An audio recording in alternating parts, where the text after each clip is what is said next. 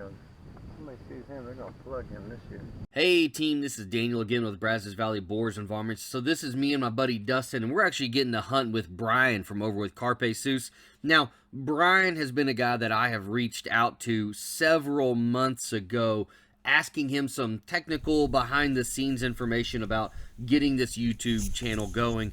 Basically, I just didn't want to be spending a whole bunch of time chasing down trails that we're going to waste a lot of just time and energy and create a lot of frustration. So he's been helping me out quite a bit on the startup side of this, and we've been basically texting each other ever since.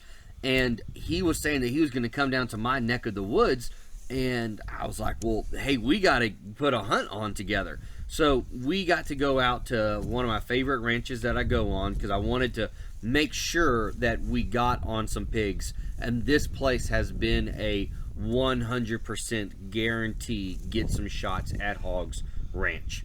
And so I knew I wanted to take them out there. And so I was struggling with that dichotomy of how close do you get.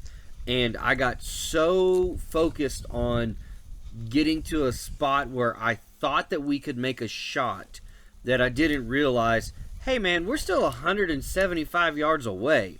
We can get a lot closer, because I had this pressure that I was putting on myself that I wanted to make sure that we got Brian on some hogs. And so you're actually going to see some real horrible shooting through my scope. Go over and watch Brian's video. I'm going to put a link in here, and it's going to show that he does a really good job on putting bullets in pigs. So guys, Brian is going to take this hog that's on the left-hand side, so it's out of the screen here. I'm going to take the one that's towards the left of R2. Dustin's on my right, and so he's going to take the one that's on the right. You can tell my opening was a miss. That was too far forward. That may have done good. I don't know what I hit on that one. That was high, and I think I was low on that one as well. So again, my shooting was not that great. Again, go over, check out Brian's over at Carpe. He did a great job on these. Nobody shot those deer. I'm really happy about that as well. But overall, we had a great hunt, a great night. We're going to put some finishing shots on these hogs right here. And even though we had a lot of hiccups that came along the way, the golf cart completely died when we came and got it with the trailer. The ramps had bounced off of the trailer. Then one of us left our tripod behind, and so we had to go back and go get that thing again.